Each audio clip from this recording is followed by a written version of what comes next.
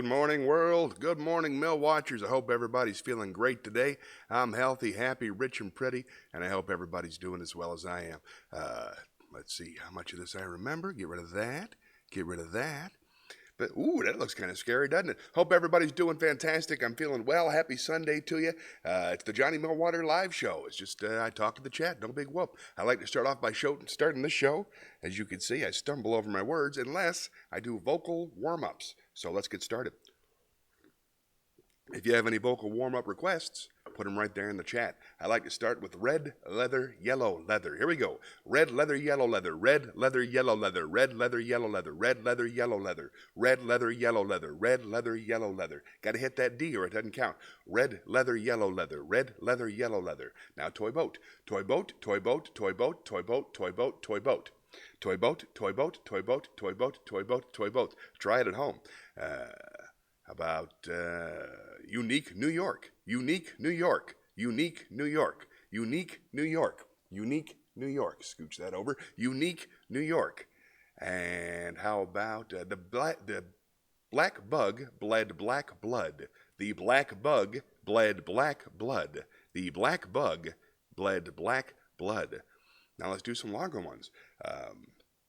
Amidst the mists of fiercest frosts, with barest wrists and stoutest boasts, he thrusts his fists against the post, and still insists he sees the ghost.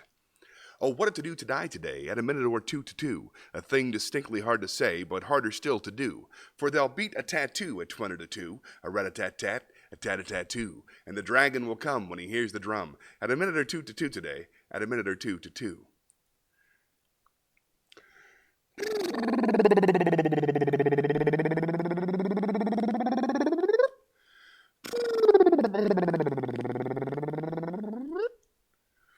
And we'll do a quick test. And the announcer's test. Amidst the... No, I did that one already. Let's do one hen. One hen, two ducks. One hen, two ducks, three squawking geese. One hen, two ducks, three squawking geese, four corpulent porpoises. One hen, two ducks, three squawking geese, four corpulent porpoises, five Limerick oysters. One hen, two ducks, three squawking geese, four corpulent porpoises, five Limerick oysters, six pairs of Don Alfonso's tweezers. One hen, two ducks, three squawking geese, four corpulent porpoises, five Limerick oysters, six pairs of Don Alfonso's tweezers, 7,000 Macedonian warriors in full battle array, 8 brass monkeys from the ancient sacred crypts of Egypt, 9 apathetic, diabetic, sympathetic old men on roller skates with a marked propensity for procrastination and sloth. Now a couple of these.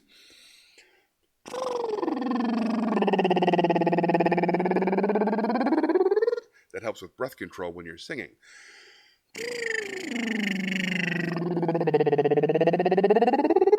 All right, I'm warmed up. Let's go to the chat chalet, see what's going on. This is the show, folks. It's fairly simple. Let's see. There's the Johnny screen. Good. Just you type whatever you want in the comments. It shows up there on the wall. We talk about it. Simple as that. If there's nobody to talk to or I got nothing to say, I'll either sip my tea or I'll spin the wheel. Sometimes I'll do both. Let's spin the wheel. The wheel's the wheel of entertainment. Huh? It's the wheel of entertainment. Who doesn't love this? This is the opportunity, all the things I like to do. Singing, dancing, riddles, monologues, feelings. We got short stories we just added to the wheel this week. So, if we got nobody to talk to, we go to the wheel. Hey, a poem. Very nice. Let's head on down to the Poetry Pagoda.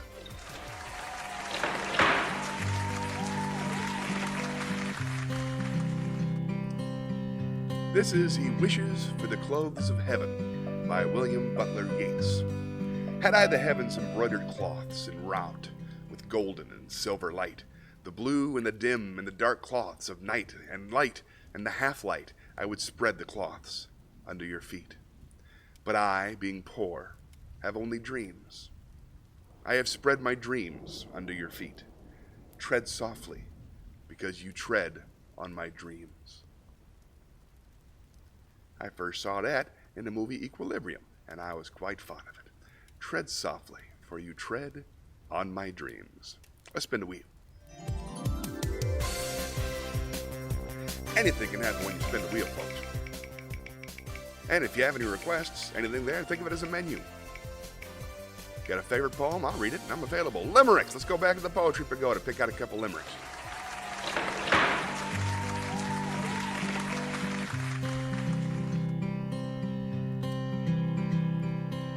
I need a front door for my hall. The replacement I bought was too tall, so I hacked and chopped it and carefully lopped it, and now the dumb thing is too small. Let's do 3. What do you say?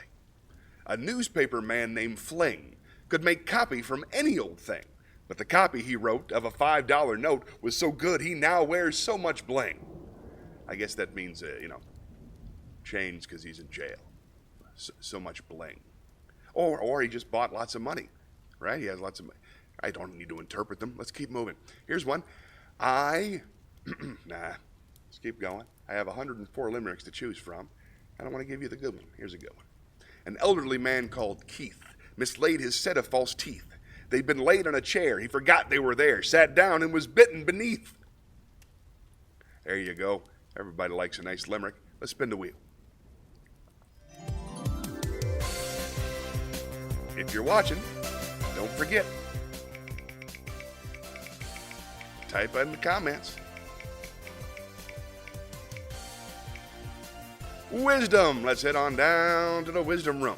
We'll lay down some wisdom from on high. I've been laying off the Muslims' teaching lately. Not nearly enough. I've been doing mostly Alan Watts. So why don't we go to a teaching from the Quran? Let's see if I can find something. Here we go. The Quran, of course, is the Muslim holy book. That is a translation of a translation of a translation, but a lot of wisdom to be had. The life of this world is only the enjoyment of deception. Seems true to me. That's kind of an ancient way of saying it's all a simulation. Do not follow that of which you have no knowledge. Indeed, the hearing, the sight, and the heart, about each of these you will be questioned. One more? Yeah. Whoever receives guidance receives it for his own benefit. Whoever goes astray does so at his own loss. No bearer of burdens can bear the burden of another. And one more, just because it's my favorite and happens to be on the screen right beneath. And mankind have not been given of knowledge, except a little. Truer words were never spoken. Let's spin the wheel.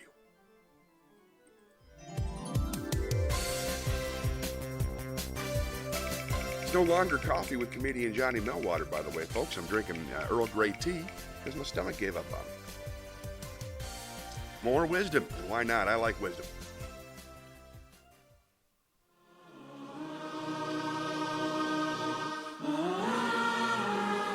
Let's do a couple of secular teachings. We'll start with Alan Watts. Everybody loves Alan Watts. This is the real secret of life, to be completely engaged with that you are doing in the here and now. And instead of calling it work, realize it is play. That's exactly what I'm doing right now. Streaming is the very definition of living in the moment, unless you're watching this later, in which case it's still in the moment for me.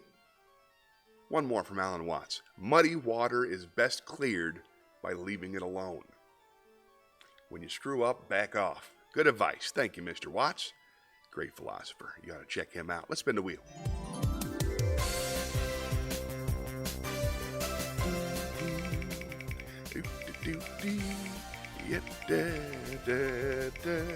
Actually, we have one viewer, whoever you are. Thanks for watching. And if it's Dad, I'm thinking about you. Limerick. We just did limericks. Thinking about my dad. My dad's in the hospital. He had a fall. I don't think that's a violation of HIPAA to tell you that, but I'm thinking about him. Don't know how to get in touch with him. So if you're watching, love you, Dad. Hope you're feeling better soon. Let's do a song. Let's go on down to the theater.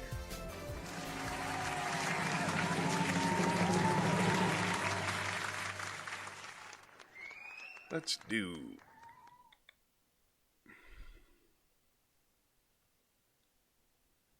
Dream a Little Dream.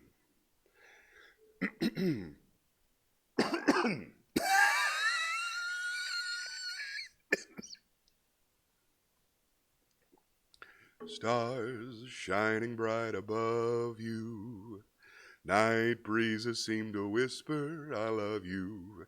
Birds singing in the sycamore tree. Dream a little dream of me. Say nighty-night and kiss me. Just hold me tight and tell me you'll miss me while I'm alone and blue as can be. Dream a little dream of me. I'm longing, stars fading, but I linger on, dear, still craving your kiss. I'm longing to linger till dawn, dear, just saying this. Sweet dreams till sunbeams find you, sweet dreams that leave all worries behind you. But in your dreams, whatever they be, dream a little dream of me. Stars fading, but I linger on, dear, still craving your kiss. I'm longing to linger till dawn, dear, just saying this. Sweet dreams till sunbeams find you, sweet dreams to leave all worries behind you. But in your dreams, whatever they be, dream a little dream of me. Yay. Oh, holy cow, it's Amber. Let's go back to the chat. Lovely Amber. Hi, Johnny. My husband and I saw you on a carnival cruise years ago, and we love your comedy. Well, hello, Amber. Hello to Mrs. Amber, Mr. Amber, your husband, right? Mr. Amber. I hope you guys are doing fantastic. Thanks for being here. Welcome to the show. There's a little bit of comedy. Every now and then I'll show a video clip of me doing stand-up, but mostly it's just me singing songs, reading poems, and talking to people. How you doing? Where are you writing in from? Which ship were you on? Do you remember which year? I'm always curious what people's impressions of me are, depending on how I'm feeling that week. So if you happen to remember, just type it into the chat. We'll talk all about it. Now, there's a little bit of a lag, right? So there's about 45 seconds after you type it in the chat, it'll show up on the screen. So if I run out of things to say, type as much as you want. And when I come back after spinning the wheel, we'll talk about it at length. Hope you had fun. And it's so lovely to see you again. Thanks for coming to check out the show. Let's spin the wheel. Amber's the coolest. If you have any requests, Amber, you get to make it because I believe you are 100% of the viewing audience. It's a lot of pressure, Amber. Poem. All right, let's head on down to the Poetry Pagoda.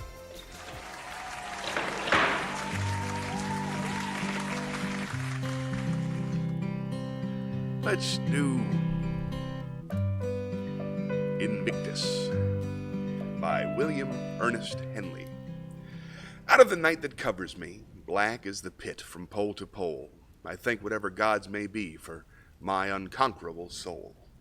In the fell clutch of circumstance I have not winced or cried aloud. Under the bludgeoning of chance my head is bloody, but unbowed. Beyond this place of wrath and tears looms but the horror of the shade, and yet the menace of the years finds and shall find me unafraid. It matters not how strait the gate, how charged with punishments the scroll. I am the captain of my fate. I am the master of my soul. Marvelous. All right, let's spin the wheel. Ooh, Amber has more stuff. We'll be back. All right. Come on, something good. Zen Cohen, here we go. Haven't done that in a while. For you folks watching at home, Zen Koan is a short parable used in the study of Zen Buddhism. Sometimes it has an obvious point, sometimes the lack of a point is the point. We are currently on number 21, The Sound of One Hand. The master of Kinnin Temple was Makurai, Silent Thunder. He had a little protege named Toyo, who was only 12 years old. Now, Toyo saw the older disciples visit the master's room each morning and evening to receive instruction in the Sanzen, or personal guidance in which they were given koans to stop mind-wandering. Toyo wished to do Sanzen too. "Wait a moment," said Makurai. "You are too young." But the child insisted, so the teacher finally consented. In the evening, little Toyo went at the proper time to the threshold of Makurai's Sanzen room. He struck the gong to announce his presence, bowed respectfully 3 times outside the door, and went to sit before the master in peaceful silence. "You can hear the sound of 2 hands together when they clap," said Mokurai. "Now show me the sound of 1 hand." Toyo bowed and went to his room to consider his problem. From his window, he could hear the music of the geishas. "Ah, I have it," he proclaimed. The next evening, when his teacher asked him to illustrate the sound of 1 hand, Toyo began to play the music of the geishas. No, said Mokurai. "That will never do. That is not the sound of 1 hand. You've not got it at all." Thinking that such music might interrupt, Toyo moved his abode to a quiet place. He meditated again. What can the sound of 1 hand be? He happened to hear some water dripping. "I have it," imagined Toyo. When he next appeared before his teacher, Toyo imitated dripping water. "What is that?" asked Mokurai. "That is the sound of dripping water, but not the sound of 1 hand. Try again." In vain, Toyo meditated to hear the sound of 1 hand. He heard the sighing of the wind, but the sound was rejected. He heard the cry of an owl. This was also refused. The sound of 1 hand was not the locusts. For more than 10 times, Toyo visited Mokurai with different sounds. All were wrong. For almost a year, he pondered what the sound of 1 hand might be.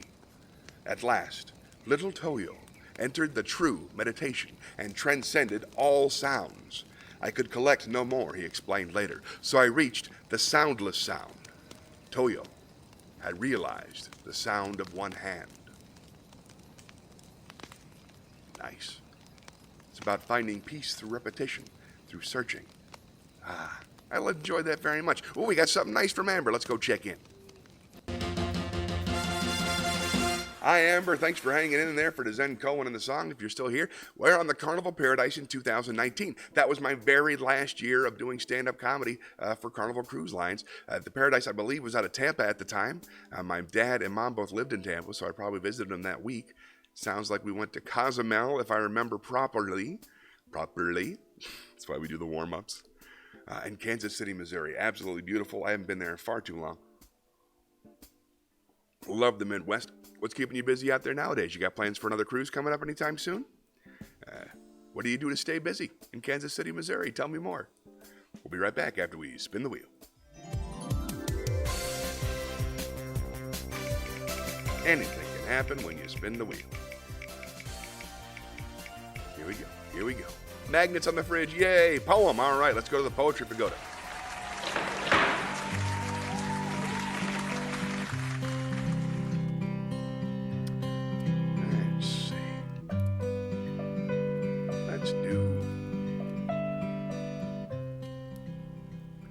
I have so many short ones, but I'd like to do a longer one.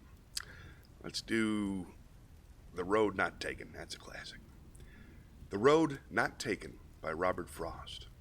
2 roads diverged in a yellow wood, and sorry I could not travel both and be one traveler. Long I stood, and looked down as far as I could to where it bent in the undergrowth. Then took the other as just as fair, and perhaps having the better claim because it was grassy and wanted wear. Though as for the passing there, had warned them really about the same. And both that morning equally lay in leaves no step had trodden black. Oh, I kept the first for another day, yet knowing how way leads on to way, I doubted if I should ever go back. I shall be telling this with a sigh, somewhere ages and ages hence. 2 roads diverged in a yellow wood, and I took the one less traveled by, and that has made all the difference. Love it. Spin the wheel.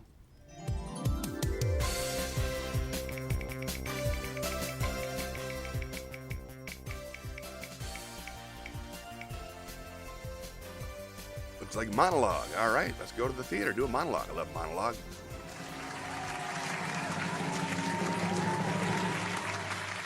This is a classic stand-up bit. This is one of the best bits of all time, and if you happen to be a stand-up fan, I really think you ought to take a good hard listen, maybe even look this up on YouTube.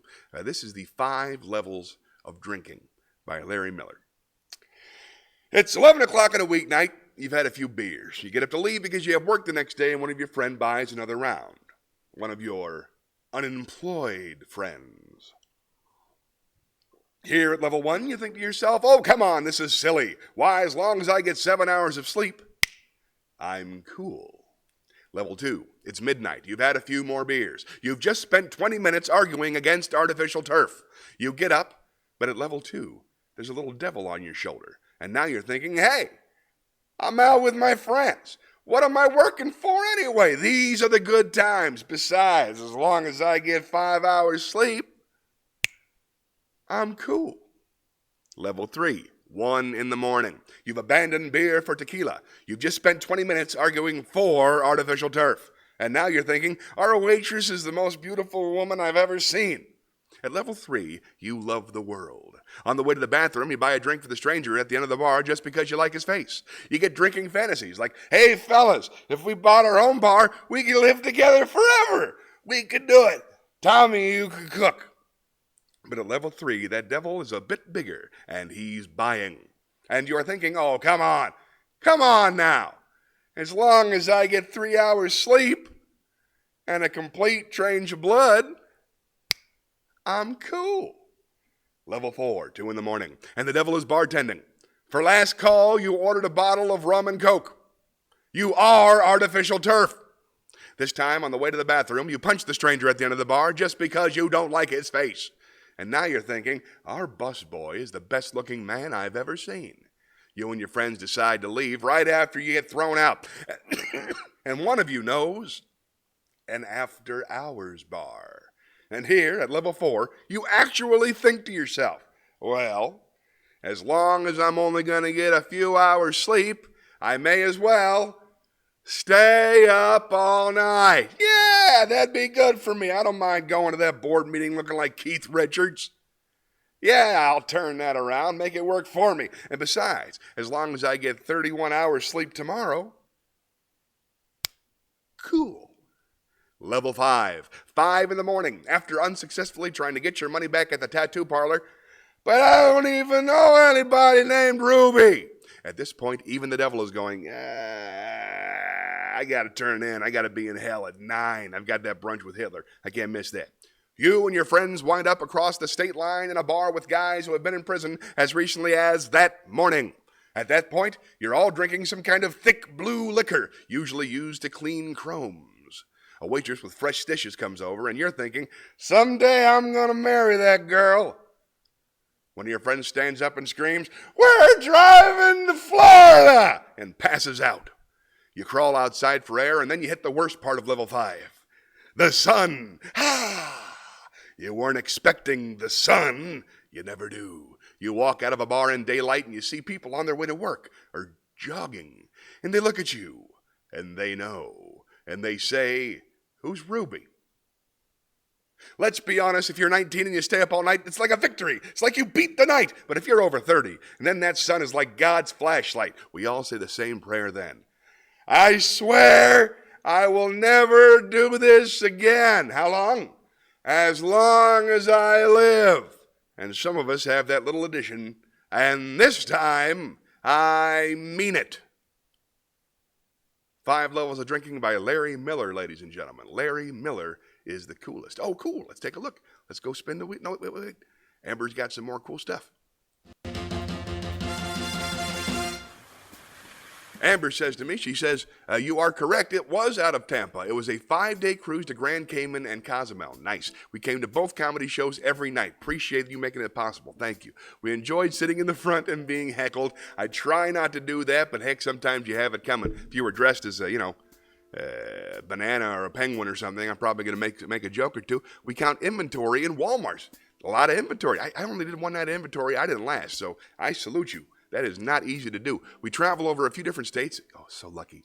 So lucky. Which states do you travel through, and what are some of the cool places you visited?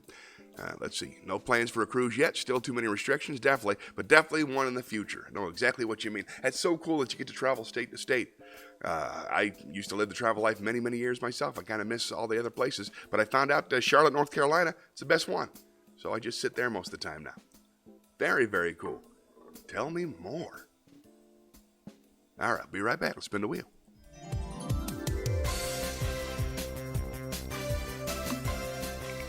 Little ASMR for the folks at home, pouring my sweet, sweet tea. Here we go. We just did a monologue. Come on, Wheel. Mix it up, man. Give me a story. I got a new story. Song. Fair enough. Let's go down to the theater. Let's go to the campground and sing a song.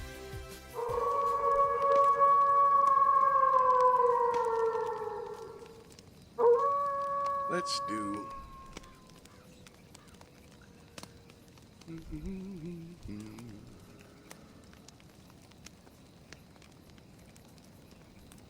It's hard for me to pick songs sometimes. I have so many to choose from.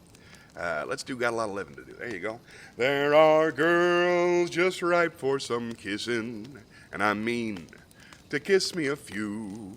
Oh, those girls don't know what they're missing. I've got a lot of living to do.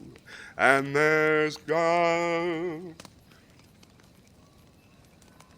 And there's wine, slick, huh? And there's wine all ready for tasting. And there's Cadillacs all shiny and new. Gotta move 'cause time is a-wasting. There's such a lot of living to do. There's music to play and places to go and people to see. Everything for you and me. Life's a ball, if only you know it. And it's all waiting for you. You're alive, so come on and show it.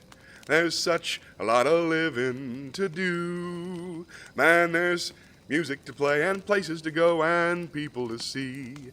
Everything for you and me. Life's a ball, if only you know it. And it's all just waiting for you. You're alive, so come on and show it.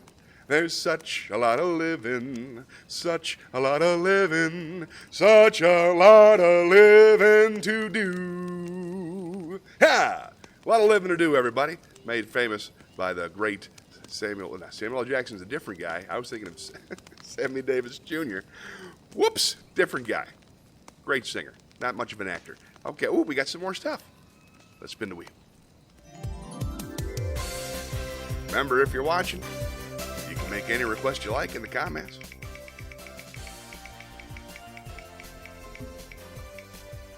Ask me anything. That's exciting. All right, now the pressure's on, folks. We're going to the chat chalet. Here is how it's going to work. I'm going to put 60 seconds on the clock. And in that 60 seconds, you can ask me any questions, anything you would like to know about me, about stand-up comedy, about the good life, about you need advice, you need encouragement. I can do encouragement. Maybe you want to talk about stand-up. I love talking stand-up. You want to talk about travel. You can ask me about my family. It's not that private. You can ask me about Charlotte, North Carolina. Any question you want, just type it on in the chat. Perhaps you have questions about copyright law or fair use. I have answers. I'm here for you to answer those questions. Ask me anything.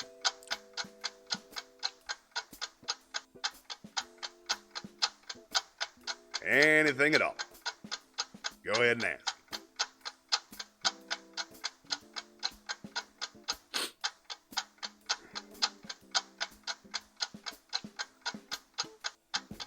All right, let's take a look at the big board.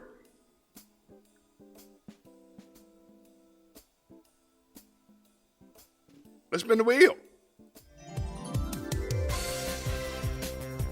ahead and shake that off.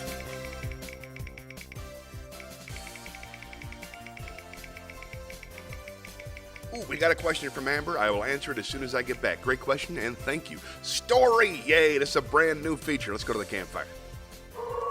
This is a brand new feature. I have collected a series of short stories to practice reading that I think you'll enjoy. They're all less than 5 minutes long.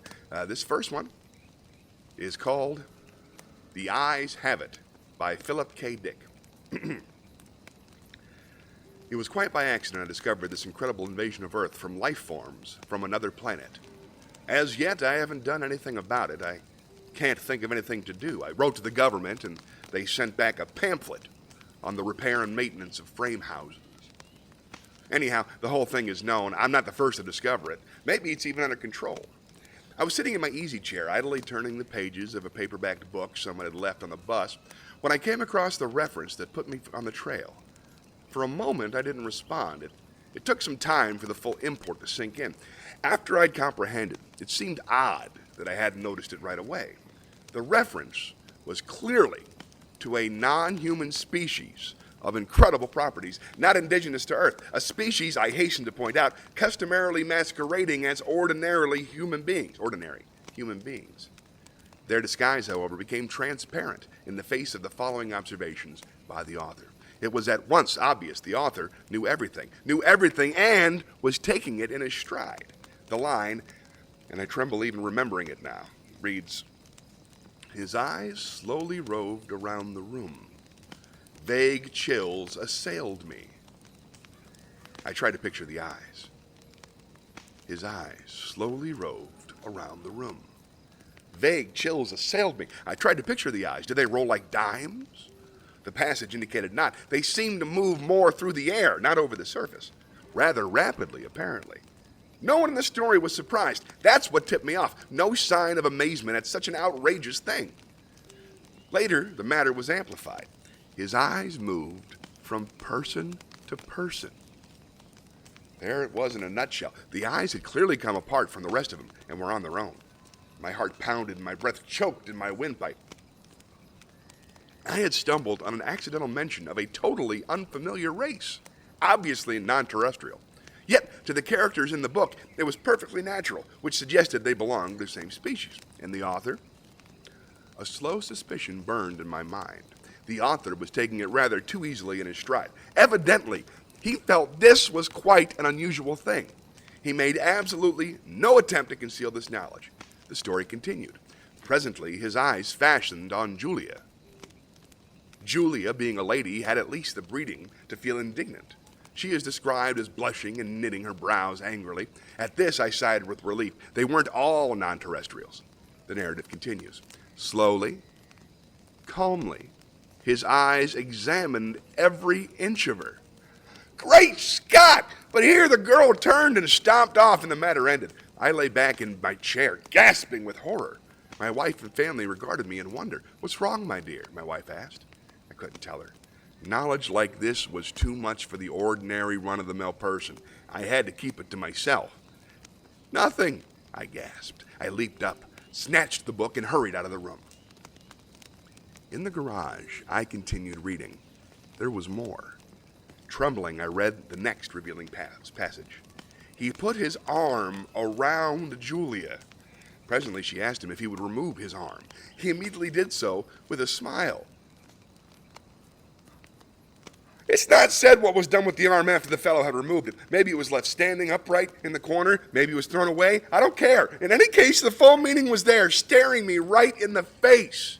Here was a race of creatures capable of removing portions of their anatomy at will. Eyes, arms, even more, without batting an eyelash. My knowledge of biology came in handy at this point. Obviously, they were simple beings, unicellular, some sort of primitive single-celled things. Beings no more developed than the starfish. Starfish can do the same thing, you know. I read on and came to this incredible revelation, tossed off coolly by the author without the faintest tremor. Outside the movie theater, we split up. Part of us went inside, part over to the cafe for dinner. Binary fission, obviously, splitting in half and forming two entities. Probably each lower half went to the cafe, it being farther, and the upper halves to the movies. I read on, hands shaking. I really stumbled onto something here. My mind reeled as I made out this passage. I'm afraid there's no doubt about it.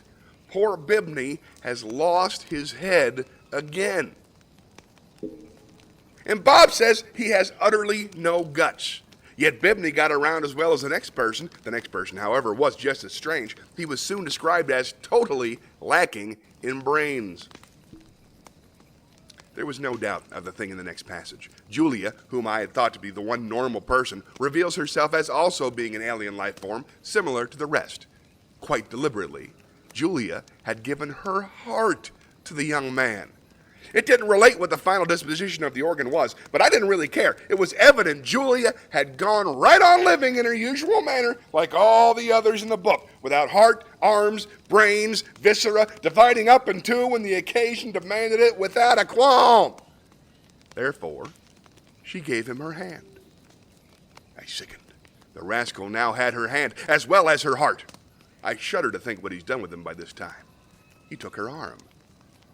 Not content to wait, he had to start dismantling her on his own. Flushing crimson, I slammed the book shut and leapt to my feet, but not in time to escape one last reference to those carefree bits of anatomy whose travels had originally thrown me on the track.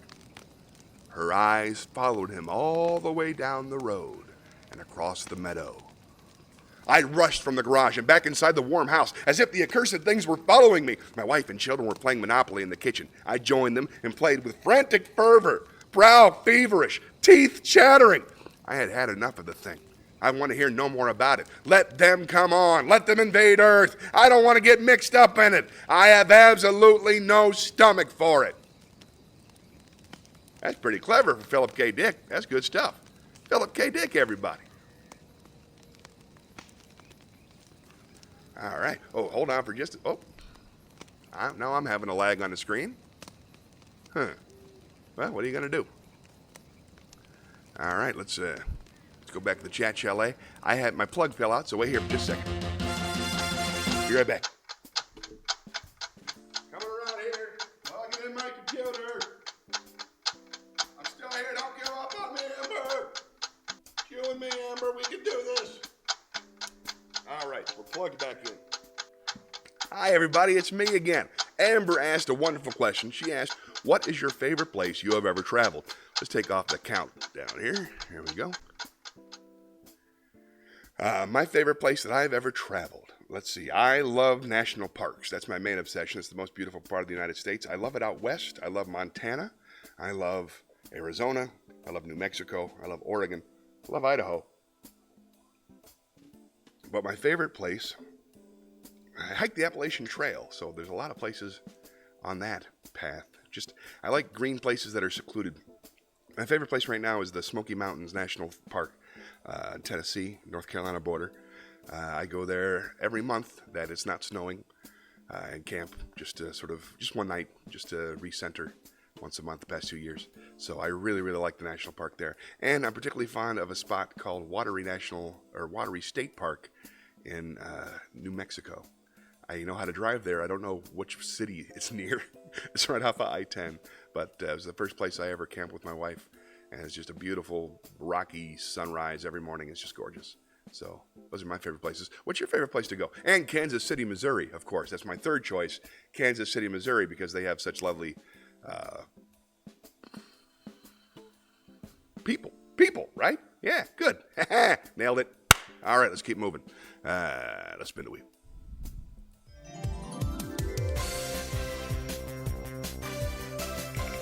I enjoyed that story. That's fun. All right, let's see what else we got. Song! Wow, we're getting a lot of songs today. Let's go to the theater.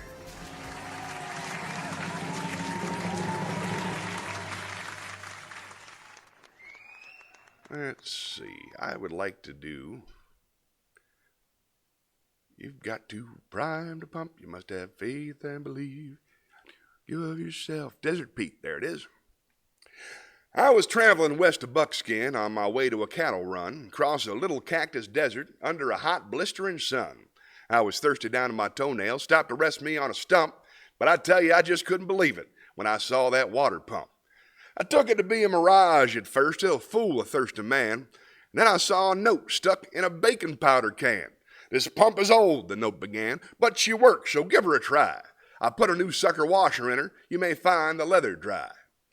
You've got to prime the pump, you must have faith and believe. You've got to give of yourself, for you're worthy to receive. Drink all the water you can hold, wash your face and cool your feet. Leave the bottle full for others. Thank you kindly, Desert Pete. Yeah, you'll have to prime the pump. You'll work that handle like there's a fire. Under that rock, you'll find some water. I left it in a bitters jar. Now, there's just enough to prime it with, so don't you go drinking first. Just pour it in and pump like mad, and buddy, you'll quench your thirst. You've got to prime the pump. You must have faith and believe. You've got to give of yourself before you're worthy to receive. Drink all the water you can hold. Wash your face and cool your feet. Leave the bottle full for others. Thank you kindly, Desert Pete. Well, I found that jar, and I tell you, nothing was ever prettier to my eye, and I was tempted strong to drink it, 'cause that pump looked mighty dry. But the note went on, have faith, my friend, there's water down below. You've got to give until you get. I'm the one who ought to know. So I poured in the jar, and I started pumping, and I heard a beautiful sound of water bubbling and splashing out of that hole in the ground. I took off my shoes, and I drunk my fill of that cool, refreshing treat. I thanked the Lord, and I thanked the pump, and I thanked old Desert Pete. You've got to prime the pump. You must have faith and believe. You've got to give of yourself, for you're worthy to receive. Drink all the water you can hold. Wash your face and cool your feet. Leave the bottle full for others. Thank you kindly, Desert Pete. It's a great song. Ooh, there's lots more from Amber. Let's go back.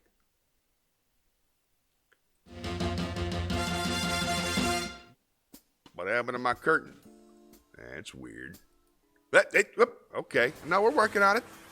It's a work in progress. Amber was kind enough to share some more about her life. Amber says, I actually started the job in Virginia and traveled all over Virginia. It's for lovers. It's actually one of my favorite states to drive through. Just went to New York a couple weeks ago. Get to drive all the way through Virginia. Always a pleasure. Virginia, Tennessee, and North Carolina. It's the good part of America. Then the job moved me to Missouri. They keep me mainly in Kansas, Missouri, and Nebraska. At least you can see your house from wherever you're going. But we get sent out to other places occasionally. I've been probably about half the states total with the job. Colorado was one of my favorites. I bet. Colorado is gorgeous. I love it. And they have a very, very progressive stance on marijuana, which I liked about them for years. Never actually smoked weed in Colorado yet, but I bet I will. Hope I get back up there. Lovely. It must be so much fun to go place to place and see all the different people, make new friends at all the stores. That's awesome. Where do you go for vacation? What's your favorite spot in the country? Where do you like to go when you have some free time? Tell me all about it. Let's spin the wheel.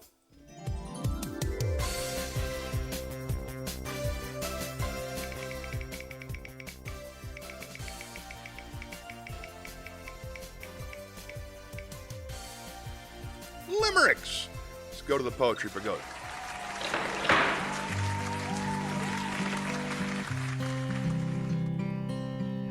Here's a few limericks for you. There was an old man of Peru who dreamt he was eating his shoe. He woke in the night with a terrible fright and found it was perfectly true.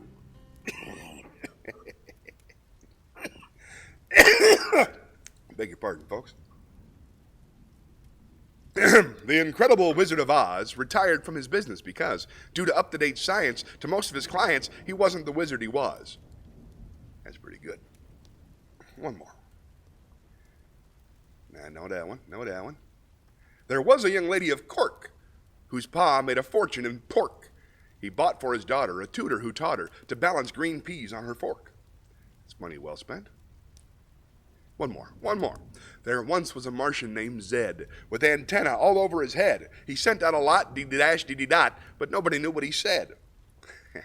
Morse code humor. Who doesn't love Morse code humor? Let's spin the wheel.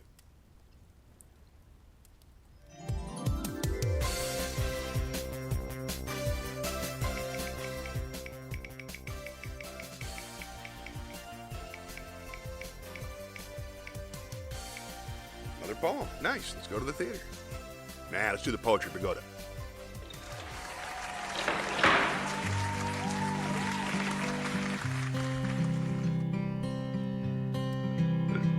I beg your pardon. Oh my goodness gracious. That's not the way you do things. All right, let's pick out a poem. Sorry, folks. Worth every penny. Let's do Ozymandias by Percy Bysshe Shelley. I love Ozymandias. Ozymandias by Shelley. I met a traveler from an antique land who said, 2 vast and trunkless legs of stone stand in the desert. Near them, on the sand, half sunk, a shattered visage lies, whose frown and wrinkled lip and sneer of cold command tell that his sculptor well those passions read which yet survive. stamped on these lifeless things, the hand that mocked them, and the heart that fed. And on the pedestal these words appear: I am Ozymandias, King of Kings. Look upon my works, ye mighty, and despair. Nothing beside remains. Round the decay of that colossal wreck, boundless and bare, the lone and level sands stretch far away. I like that one. Spin the wheel.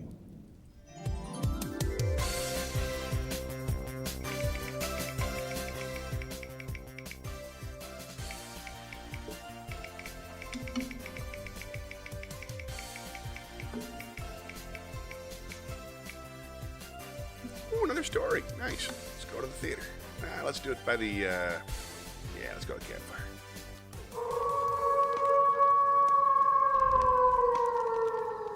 Didn't think we'd have two stories today. All right. Wit Inspirations of the Two-Year-Olds by Mark Twain. All infants appear to have an impertinent and disagreeable fashion nowadays of saying smart things on most occasions that offer, and especially on occasions when they ought not to be saying anything at all. Judging by the average published specimens of smart sayings, the rising generation of children are little better than idiots, and the parents must be surely but little better than the children, for in most cases they are the publishers of the sunbursts of infantile imbecility which dazzle us from the pages of our periodicals. I may seem to speak with some heat, not to say a suspicion of personal spite, and I do admit that it nettles me to hear about so many gifted infants in these days, and remember that I seldom said anything smart when I was a child. I tried it once or twice, but it was not popular. The family were not expecting brilliant remarks from me, and so they snubbed me and sometimes spanked me the rest. But it makes my flesh creep and my blood run cold to think what might have happened to me if I had dared to utter some of the smart things this generation's 4-year-olds where my father could hear me. To have simply skinned me alive and considered his duty at an end would have seemed to him criminal leniency toward one so sinning. He was a stern, unsmiling man, and hated all forms of precocity. If I had said some of the things I referred to and said them in his hearing, he would have destroyed me. He would indeed. He would, provided the opportunity remained with him. But it would not, for I would have had judgment enough to take some strychnine first and say the smart thing afterwards. The fair record of my life has been tarnished by just one pun. My father overheard that, and he hunted me 4 or 5 townships seeking to take my life. If I had been full grown, of course he would have been right, but child as I was, I could not know how wicked a thing I had done. I made one of those remarks ordinarily called smart things before that, but it was not a pun. Still, it came near causing a serious rupture between my father and myself. My father and mother, my Uncle Ephraim and his wife, and 1 or 2 others were present, and the conversation turned on a name for me. I was lying there trying some India rubber rings of various patterns and endeavoring to make a selection, for I was tired of trying to cut my teeth on other people's fingers and wanted to get hold of something that would enable me to hurry the thing through and get something else. Did you ever notice what a nuisance it was cutting your teeth on your nurse's finger, or how back-breaking and tiresome it was to cut them on your big toe? And did you ever get out of patience and with your teeth You ever get out of patience and wish your teeth were in Jericho long before you got them half cut? To me, it seems as if these things happened yesterday. And they did, to some children, but I digress. I was lying there trying the India rubber rigs. Remember looking at the clock and noticing that an hour and 25 minutes I would be 2 weeks old, and thinking how little I had done to merit the blessings that were so unsparingly lavished upon me. My father said, "Abraham's a good name. My father was named Abraham." My mother said, "Abraham's a good name. Very well, let us have Abraham for one of his names." I said, "Abraham suits the subscriber." My father frowned. My mother looked pleased. My aunt said, "What a little darling he is." My father said, "Isaac is a good name, and Jacob is a good name." My mother assented and said, "No, names are better. Let us add Isaac and Jacob to the names." I said, all right. Isaac and Jacob are good enough for yours truly. Pass me that rattle, if you please. I can't chew into your rubber rings all day. Not a soul made a memorandum of these sayings of mine for publication. I saw that and did it myself, else they would have been utterly lost. So far from meeting with a generous encouragement like other children when developing intellectually, I was now furiously scowled upon by my father. My mother looked grievous and anxious, and even my aunt had about her an expression of seeming to think that maybe I had gone too far. I took a vicious bite out of the Indian rubber ring and covertly broke the rattle over the kitten's head, but said nothing. Presently, my father said, "Samuel is an excellent name." I saw that trouble was coming. Nothing could prevent it. I laid down my rattle over the side of the cradle. I dropped my uncle's silver watch, the clothes brush, the toy dog, my tin soldier, the nutmeg grater, and other matters which I was accustomed to examine and meditate upon and make pleasant noises and bang and batter and break when I needed wholesome entertainment. Then I put on my little frock and my little bonnet and took my pygmy shoes in one hand and my licorice in the other and climbed out on the floor. I said to myself, now, if worst comes to worst, I'm ready. Then I said aloud in a firm voice, "Father, I cannot wear the name of Samuel, my son. Father, I mean it, I cannot." "Why?" "Father, I have an invincible antipathy to that name." "My son, that is unreasonable. Many great and good men have been named Samuel." "Sir, I have yet to hear of the first instance." "What? There was Samuel the prophet. Was not he great and good?" "Not so very." "My son, with his own voice the Lord called him." "Yes, sir. He had to call him a couple times before he could come." And then I sailed forth, and that stern old man sallied forth after me. He overtook me at noon the following day when the interview was over. I had acquired the name of Samuel, and a thrashing, and other useful information, and by means of this compromise, my father's wrath was appeased, and a misunderstanding bridged over which might have become a permanent rupture if I had chosen to be unreasonable. But judging by this episode, what would my father have done to me if I had ever uttered in his hearing one of the flat, sickly things these 2-year-olds say in print nowadays? In my opinion, there would have been a case of infanticide in the family.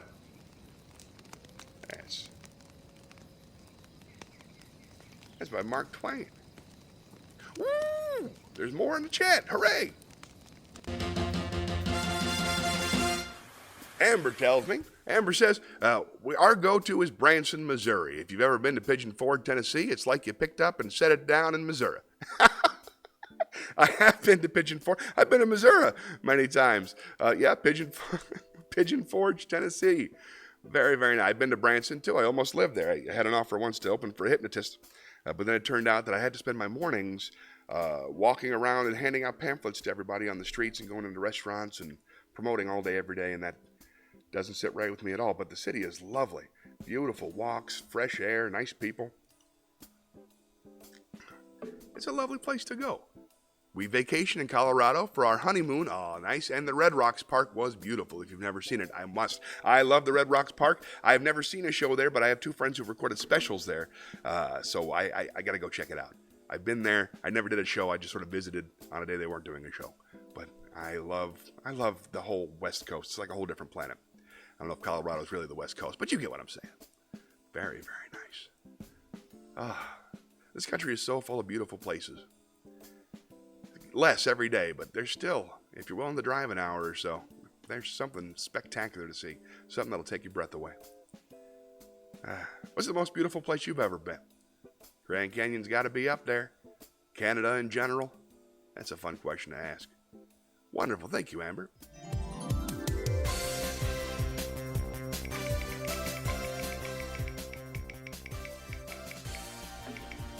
Here we go. All right, now, 0 viewers. That's a bummer. But it does take some of the pressure off. All right, let's see. Landed on monologue. Let's go to the monologues.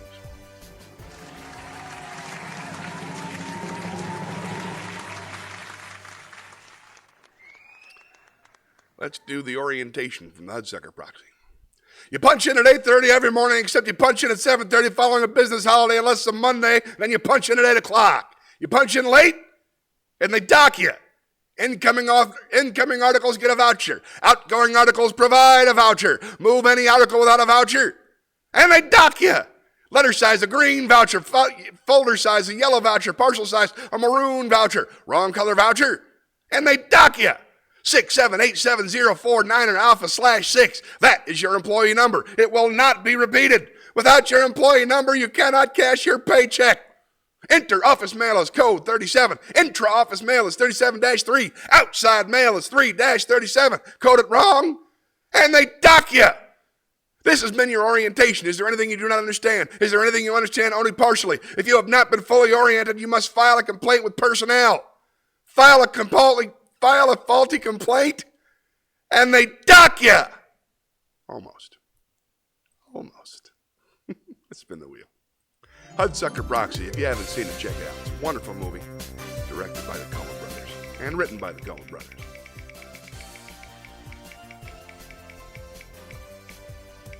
Oh, here we go. Oh, story. Wow, 3 stories in one day.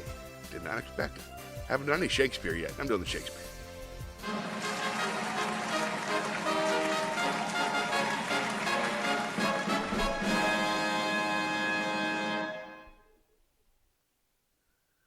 Let's do our daily sonnet.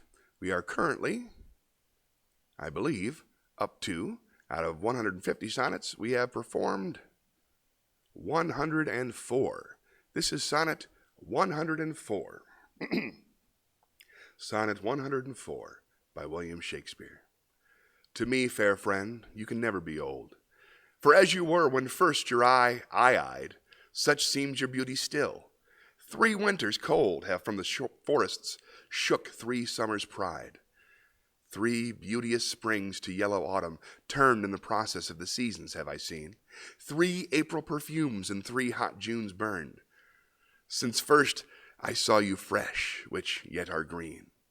Ah, yet doth beauty like a dial hand steal from his figure, and no pace perceived. So your sweet hue, which methinks still doth stand, hath motion, and mine eye may be deceived. For fear of which, hear this, thou age unbred, ere you were born, was this beauty's summer dead.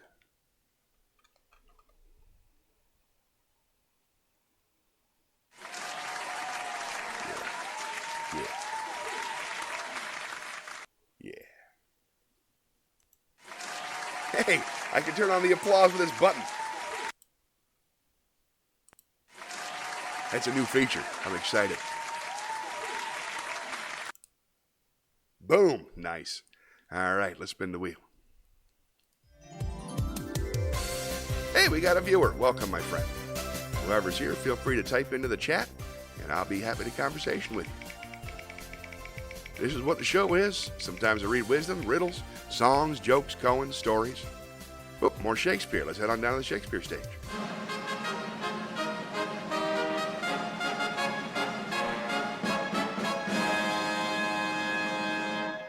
This is Polonius's speech to Laertes as Laertes heads off to college in Hamlet. Aboard, aboard, for shame! The wind sits in the shoulder of your sail, and you are stayed for. There, my blessing with thee. And these few precepts in thy memory look thou character. Give thy thoughts no tongue, nor any unproportioned thought his act. Be thou familiar, but by no means vulgar. Those friends thou hast in their adoption tried, grapple them to thy soul with hoops of steel, but do not dull thy palm with entertainment of each new-hatched, unfledged comrade. Beware of entrance into a quarrel, but being in, bear it that the opposed may beware of thee. Give every man thy ear, but few thy voice. Take each man's censure, but reserve thy judgment. Costly thy habit as thy purse can buy, but not expressed in fancy. Rich, not gaudy, for the apparel oft proclaims the man. Neither a borrower nor a lender be, for loan oft loses both itself and friend, and borrowing dulls the edge of husbandry. This above all, to thine own self be true. Then it must follow as the night the day, thou canst not then be false to any man. There. Farewell. My blessing. Season this in thee. That's from Hamlet. All right, let's spin the wheel.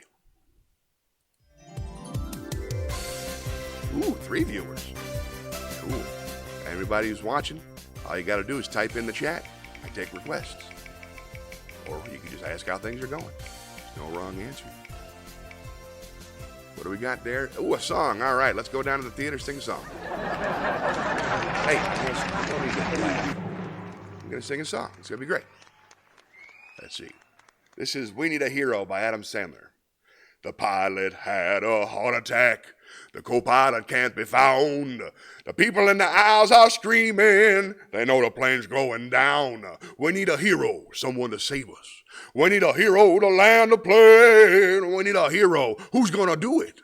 We need a hero to save the day. So I jump to my feet and I volunteer. The people on the plane all start to cheer. I get a high five from a baby and a hickey from a flight attendant. So I go to the cockpit, put the headset on, and grab the main control. And then right away I crash the plane because I don't know what I'm doing.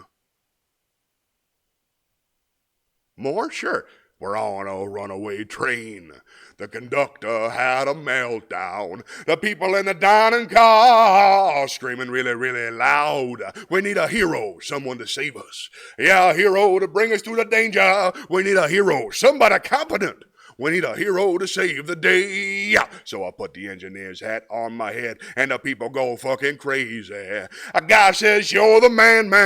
And a deaf woman signs, go get 'em. And then I go to the cab and I toot the whistle. That's something I always wanted to do. And then right away I'll drive off the bridge because I don't know what I'm doing. 3? No, you're right. 3 is the rule. We're in a nice family restaurant.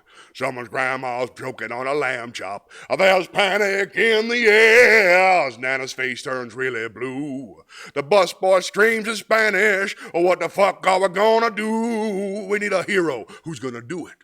We need a hero to clean out a windpipe. We need a hero. Someone down with Heimlich. We need a hero to save the day. So I slap my napkin down on the table and I get a fucking standing ovation. Another guy gets up and says he's a doctor. I say, sit the fuck down. I got this shit. And then I wrap my arms around Grandma's chest and I look her grandkids deep in the eye. And then right away I break all her ribs because I don't know what I'm doing. Oh, Grandma. Adam Sandler's delightful. Amber's still here. Hooray, hooray, hooray. Ah, this is so nice. All right, let's go back over here. Chat chalet. You were still here the whole time? Well, thank you very much, Amber. You're killing it. You got any requests? You've hung in here for the whole show. It's a whole hour with me. I feel like you've got to know me a little bit. I don't know enough about you. Is there any song you'd like to hear? I'm not a great singer, but I like to sing. Perhaps a favorite poem. Whatever you want, put it on there. But Amber said, it's still me. She's been here the whole time, so I'm not sure why I showed you had no viewers. I shouldn't be checking it anyway. That's just vanity. Lives can be weird sometime on your side. I'm just learning about it. I've been doing Twitch for about a year now, getting ready, doing this character piece called Butch Hockersmith Saves America.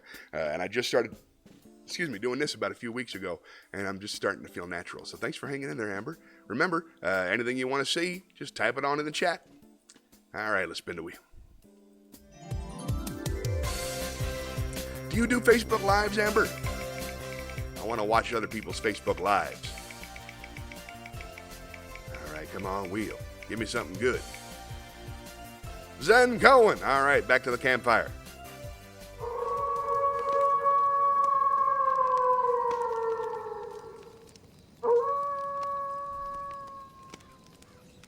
This is This is Cohen number 37. No, it isn't. This is 38. Guicho's work. Guicho was ordained as a nun when she was just 10 years old.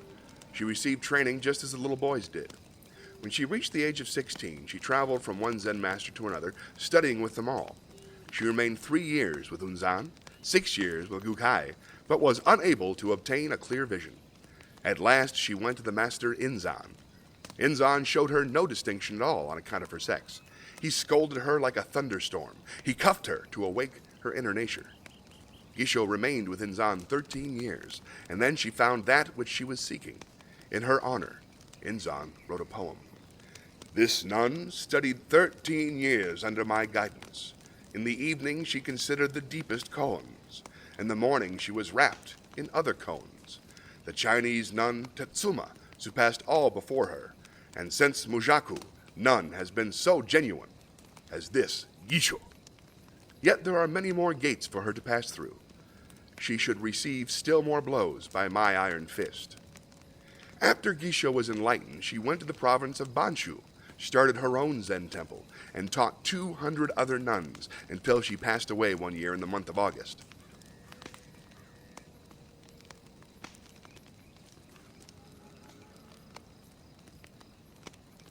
I got confused by the detail of August, but still, something worth thinking about. I think it's about teaching, but I'm not sure. A lot of times I'll read these and I'll have no idea what it's talking about for like 2 days. Then something will happen, it'll pop back in my head. Let's spin the wheel.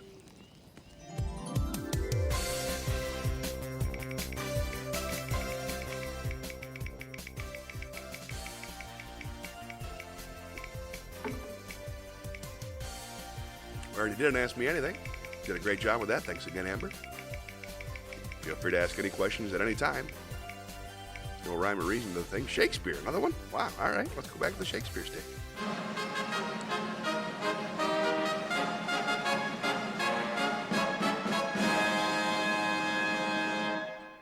All right, this is Jacques. All the world's a stage, and all the men and women merely players. They have their exits and their entrances, and one man in his time plays many parts, his acts being 7 ages. At first, the infant, mewling and puking in the nurse's arms, and then the whining schoolboy with his satchel and shining morning face, creeping like snail unwillingly to school. And then the lover, sighing like a furnace, with a woeful ballad made to his mistress's eyebrow. Then a soldier, full of strange oaths and bearded like the pard, jealous in honor, sudden and quick in the quarrel, seeking the bubble reputation even in the cannon's mouth. And then the justice in fair round belly, with good capon lined, with eyes severe and beard of formal cut, full of wise saws and modern instances, slippered, pantaloon, with spectacles on nose and pouch on side, his useful hose well saved, a world too wide for his shrunk shank, and his big manly voice turning again toward childish treble, pipes and whistles in his sound. Last scene of all that ends this strange eventful history is second childishness,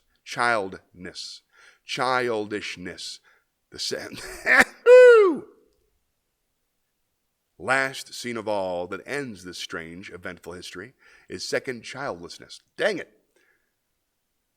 Last scene of all that ends this strange eventful history is second childishness and mere oblivion. Sans teeth, sans eyes, sans taste, sans everything.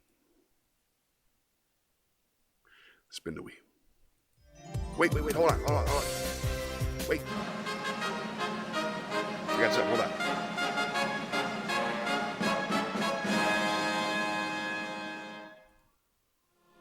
What? Angel audio? What?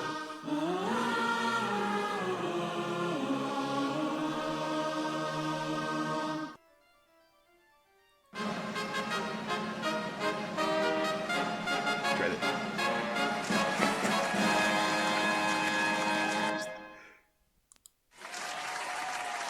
I'm very excited about this. I used to have to reach up to... You don't care? Okay, cool. Let's spin the wheel.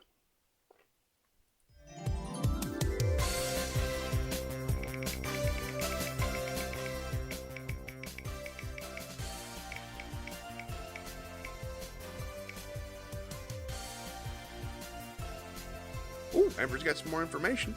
Let's go back to the chat, shall we? Amber says she watches lives for a small business that your friend owns a couple times a week. I don't do any kind of lives, but I do enjoy watching them. I don't really have a request, but I do enjoy the funny songs you have done. Sing one of your favorites. All right, a fun, funny song.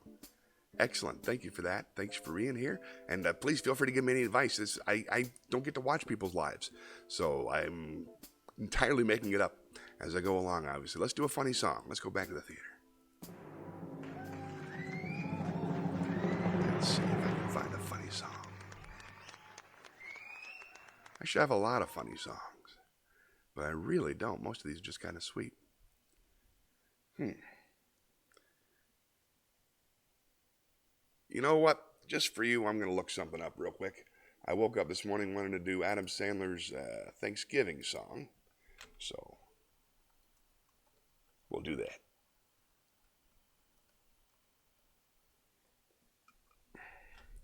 I know how it starts. Oh, then I got to type in lyrics. Whoops. Dead air. Lyrics. There we go. Thanksgiving song lyrics. Love to eat turkey. Love to eat turkey. I love to eat turkey 'cause it's good. Love to eat a turkey like a good boy should 'cause it's turkey to eat so good. Wait a minute. Yeah, that's the right one. Turkey for me, and turkey for you. Let's eat the turkey in a big brown shoe. Love to eat the turkey at the table. I once saw a movie with Betty Grable.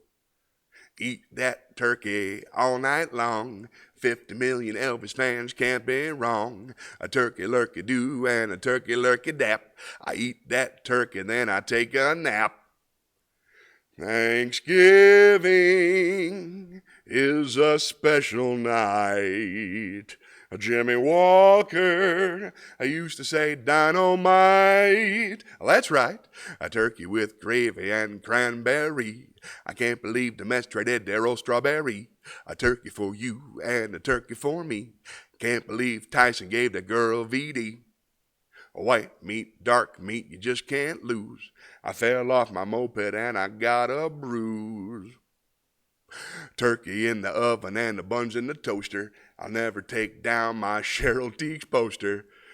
Wrap the turkey up in an aluminum foil. My brother likes to masturbate with baby oil. Turkey and sweet potato pie. Sammy Davis Jr. only had one eye. A turkey for the girls and turkey for the boys. My favorite kind of pants are corduroys. A gobble gobble goo and a gobble gobble gickle. I wish turkey only cost a nickel. I love to eat turkey on Thanksgiving. Happy Thanksgiving, everybody. That's by Adam Sandler, the best funny songwriter, except maybe Weird Al. But, you know, they're both great. Appreciate the request. Let's spin the wheel.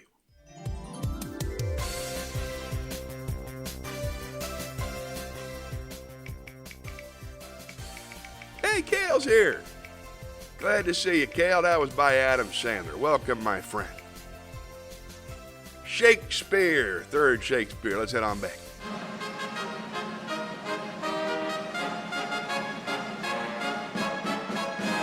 Let's do something from Richard III. I like Richard III. Let's do the opening monologue from Richard III. See if I can find it in my memory and on my screen. Here we go. Gloucester. That's where it gets tricky. It's Gloucester. All right, sonnet. Let hear. Aaron. Puck. Come on now. Friends, Roman countrymen. We got lots of good stuff here. Where'd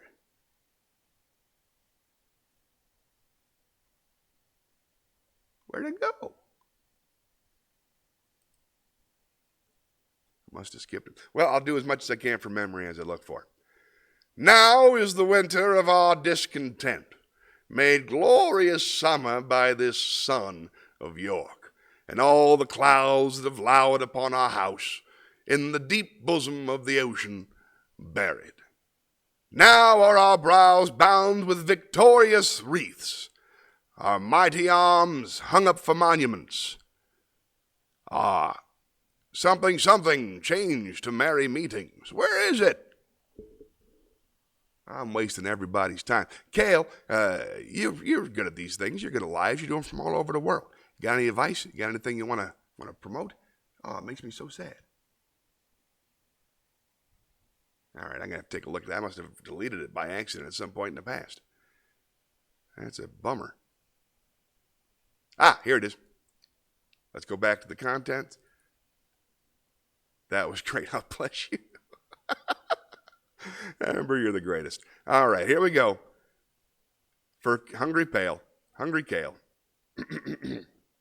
Richard III. Now is the winter of our discontent, made glorious summer by this sun of York, and all of the clouds that lowered upon our house in the deep bosom of the ocean buried. Now are our brows bound with victorious wreaths, our bruised arms hung up for monuments, our sternal autumns changed to merry meetings, our dreadful marches to delightful measures. Grim-visaged war hath smoothed his wrinkled front, and now, instead of mounting barbed steeds to fright the souls of fearful adversaries, he capers nimbly in a lady's chamber to the lascivious pleasing of a lute.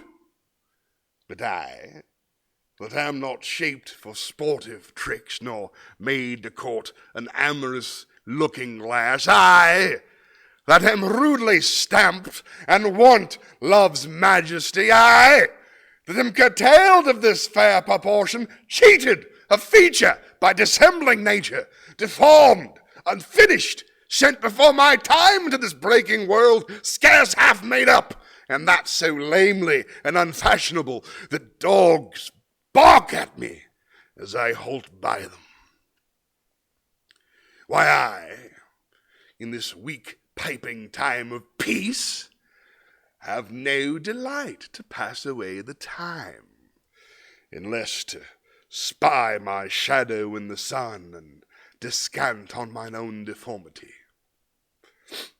And therefore, since I cannot prove a lover to entertain these fair, well-spoken days, I am determined to prove a villain and hate the idle pleasures of these days. Richard III, worth the wait. Love that stuff. Let's spin the wheel. Gail, if you're here, thanks for sticking your head in. Hope things are going well. Appreciate you even coming in to say hello. Ooh, another story. All right, 3 short stories in one. Let's do it. Back to the theater. Nah, let's do the campground. Campground for the stories. It's a new system. Campground. I'm sober, folks. That's the sad state of affairs. Here we go.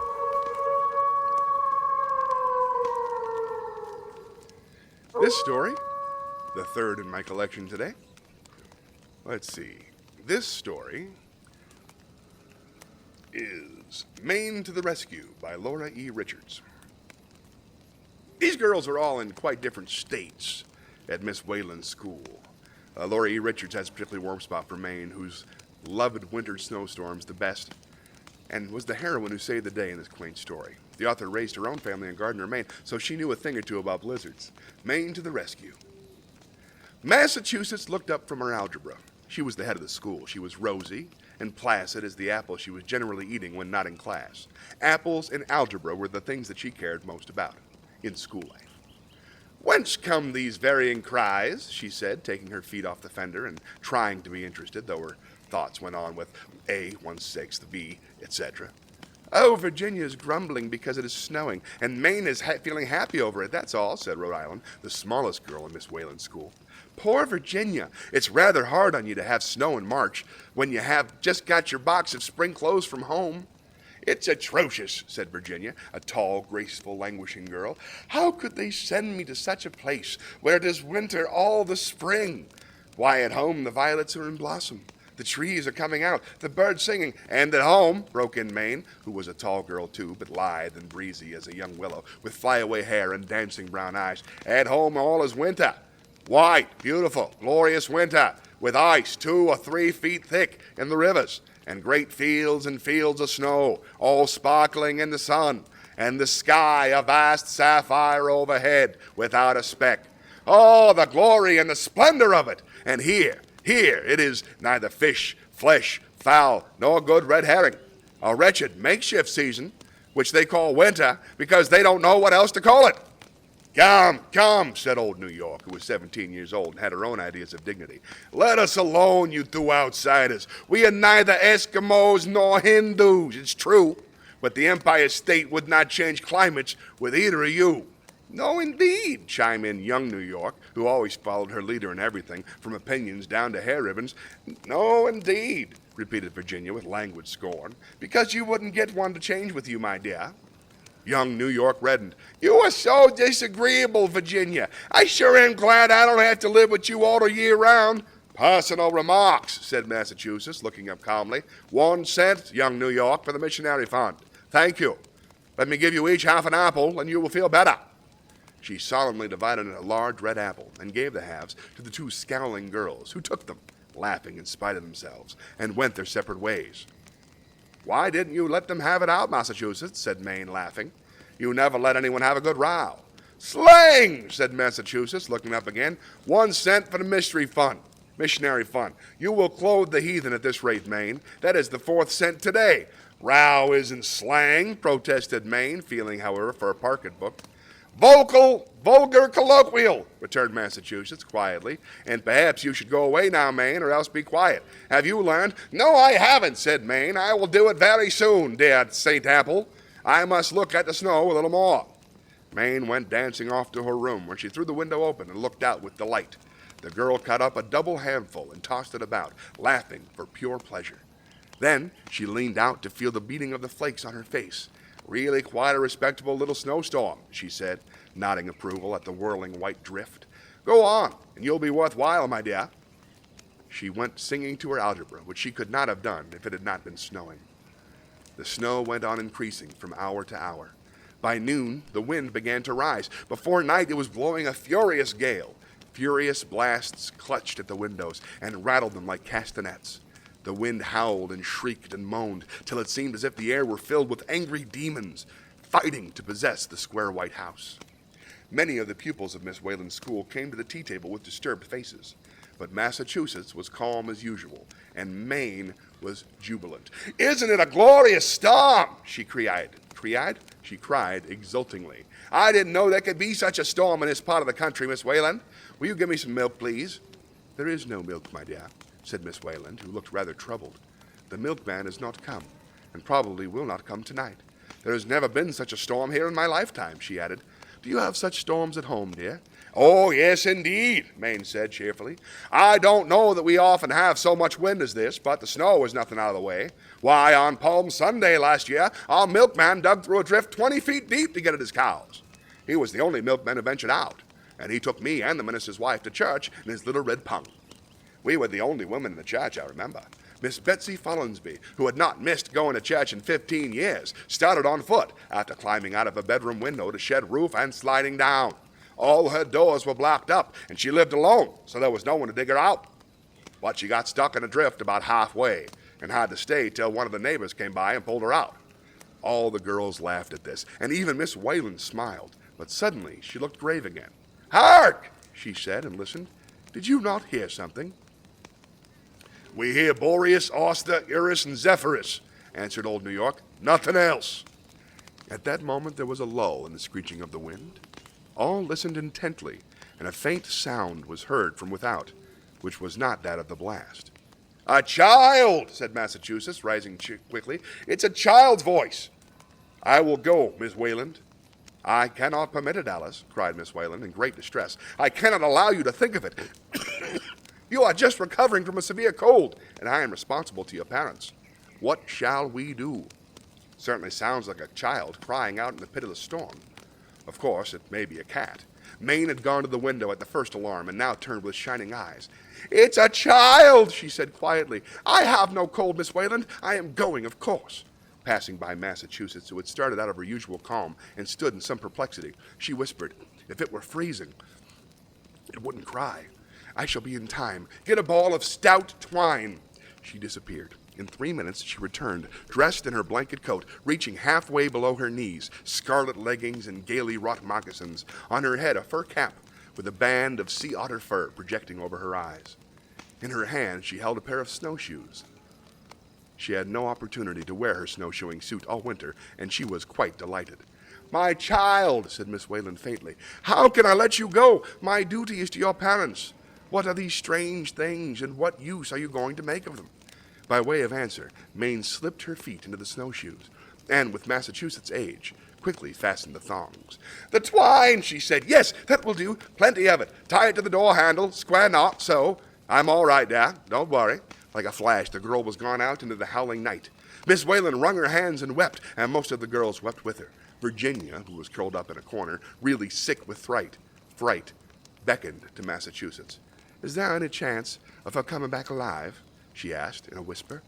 "I wish I had made up with her, but we all may die in this awful storm." "Nonsense," said Massachusetts. "Try and have a little sense, Virginia. Maine is all right, and she can take care of herself.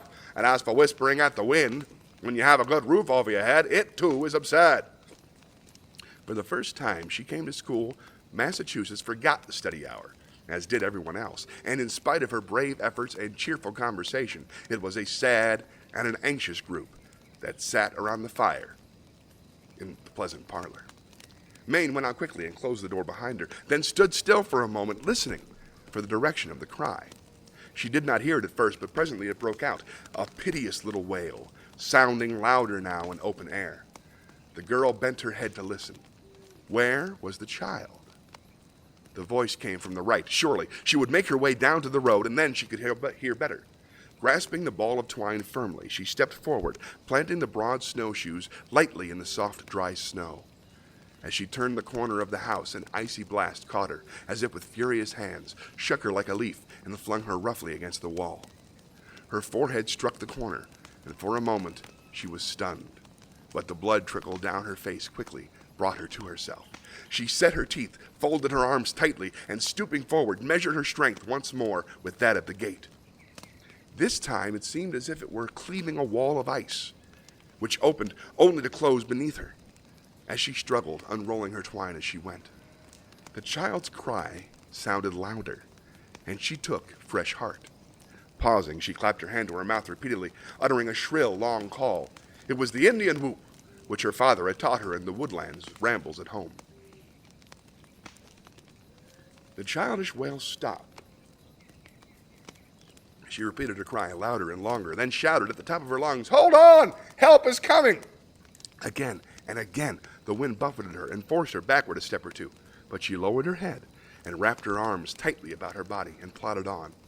Once she fell, stumbling over a stump. Twice she ran against a tree, for the white darkness was absolutely blinding, and she saw nothing but snow.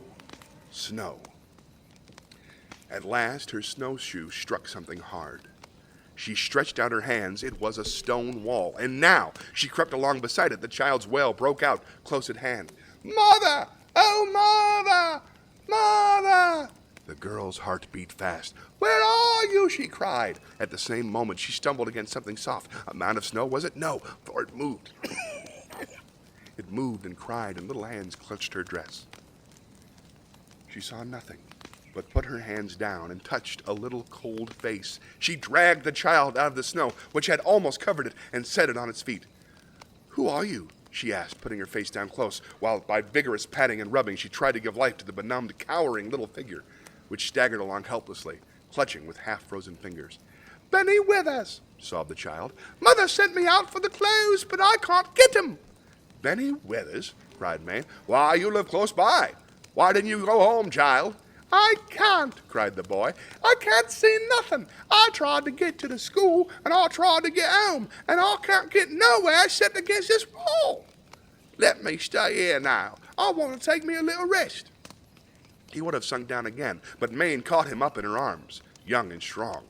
"Here, climb up on my back, Benny," she said. "Hold on tight round my neck, and you shall rest while I take you home. So, that's a brave boy. Upsy now. There you are. Now put your head on my shoulder, close, and hold on." Ah, how blessed Maine, how Maine blessed the heavy little brother at home, who would ride on his sister's back long after Mama said he was too big. How she blessed the carryings up and down stairs, the horsey rides through the garden and down the lane, which had made her shoulders strong. Benny Withers was 8 years old, but he was small and slender, and no heavier than 6-year-old Philip. No need of telling the child to hold on. Once he was up out of the cruel snowbed. He clung desperately round the girl's neck and pressed his head close against the woolen stuff. Mayne pulled her ball of twine from her pocket. Fortunately, it was a large one, and the twine, though strong, was fine, so that there seemed to be no end to it, and once more lowered her head and set her teeth and moved forward, keeping close to the wall in the direction of Mrs. Withers' cottage. For a while she saw nothing. When she looked up under the fridge of otter fur, which long and soft kept the snow from blinding her, nothing but the white, whirling drift which beat the icy, stinging blows in her face. But at last her eyes caught a faint glimmer of light, and presently a brighter gleam showed her Mrs. Withers' gray cottage, now white, like the rest of the world. Bursting open the cottage door, she almost threw the child into the arms of his mother. The woman, who had been weeping wildly, could hardly believe her eyes. She caught the little boy and smothered him in kisses, chafing with cold hands and crying over him. "I don't know," she said. "I didn't know till he was gone. I told him at noon he was to go, never thinking 'twould be like this. I was sure he was lost and dead, but I couldn't leave my sick baby. Bless you, whoever you are, man or woman, but stay and get warm and rest ye. You're never going out again into this awful storm." But Mayne was gone. In Miss Whalen's parlor, the suspense was fast becoming unendurable. They had heard Mayne's Indian whoop, and some of them, Miss Whalen herself among the number, thought it was a cry of distress. But Massachusetts rightly interpreted the call, and assured them that it was a call of encouragement to the bewildered child. Then came silence within the house, and a prolonged clamor, a sort of witches' chorus with wailing and shrieking without. Once a heavy branch was torn from one of the great elms and came thundering down on the roof. This proved the finishing touch for poor Virginia. She went into violent hysterics and was carried off to bed by Miss Whalen in old New York. Massachusetts presently ventured to explore a little. She hastened through the front of the hall to open the door, opened it a few inches, and put her hand on the twine which was fastened to the handle. What was her horror to find out that it swung loose, swinging idly in the wind. Sick at heart, she shut the door, and pressing her hands over her eyes, tried to think. Mayne must be lost in this howling storm.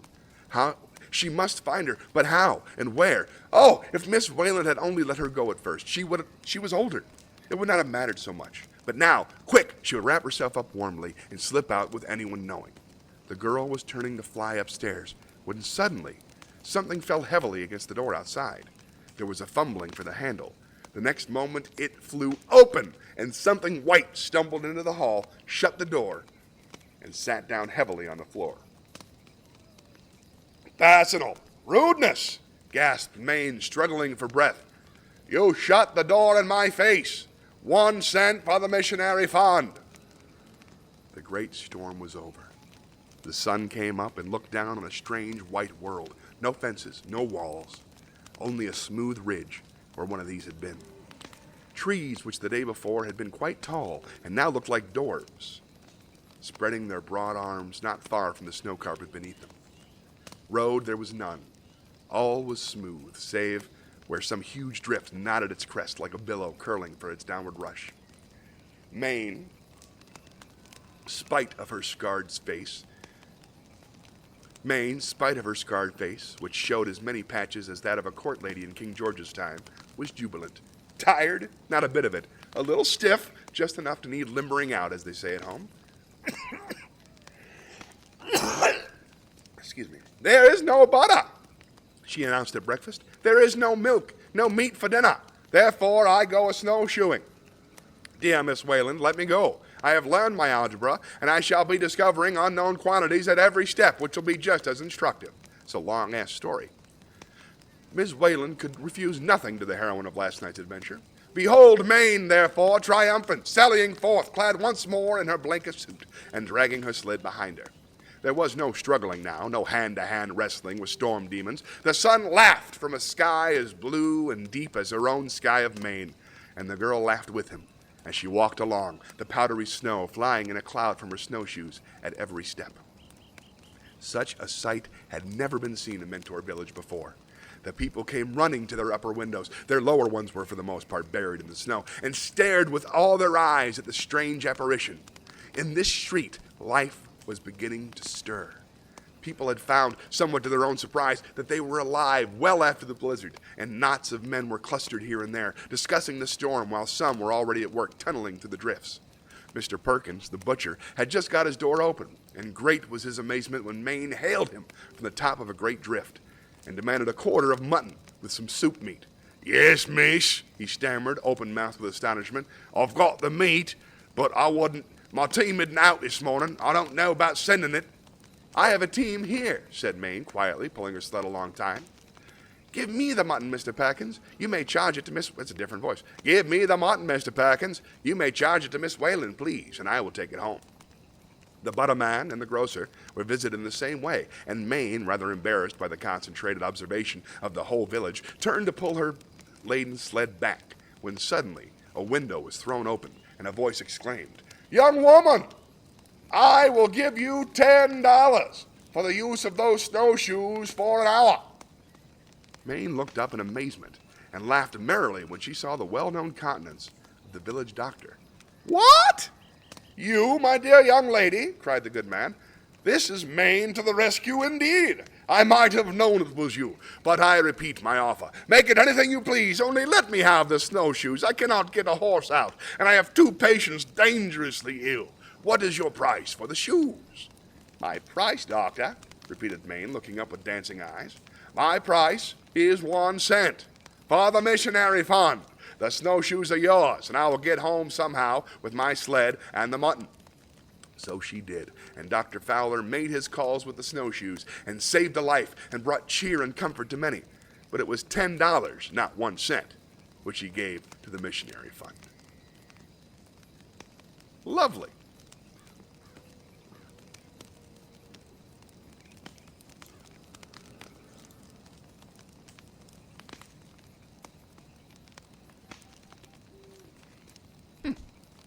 Learning all kinds of things. Well, folks, if there's anybody hanging in there, thanks for watching. I appreciate it. I'll be back next Sunday at 11 to read you some more fun stuff. Appreciate you, Amber. If you hung in there the whole show, you win. You get more free refrigerator magnets next time I see you, and you have my gratitude. Dad, if you're watching and can't type, I love you. I'm thinking about you. I hope you're better soon. I'm going to try to get you on the phone later on today. And everybody else, thanks for being a part of the show. I had a great time. I hope you did too. I'd like to close the show with a song written by the great Billy Joe Shaver, Chunk of Coal. I'm just an old chunk of coal, but I'm gonna be a diamond someday. I'm gonna glow and grow till I'm so blue, perfect. I'm gonna put a smile on everybody's face. I'm gonna kneel and pray every day, lest I should become vain along the way. I'm just an old chunk of coal now, Lord, but I'm gonna be a diamond someday. I'm gonna learn the right words to talk. I'm gonna search and find a better way to walk. I'm gonna spit and polish my old rough-edged self till I get rid of every single flaw. I'm gonna be the world's best friend. I'm gonna go around shaking everybody's hand. I'm gonna be the cotton-picking rage of the age. I'm gonna be a diamond someday. Thanks for watching, Amber. Thanks for watching, everybody. I'll see you next week. And remember, the only way to save this country is for all of us to love one another. So love yourself first, and then love somebody else. And then, if you can, love everybody. Bye. See you next time.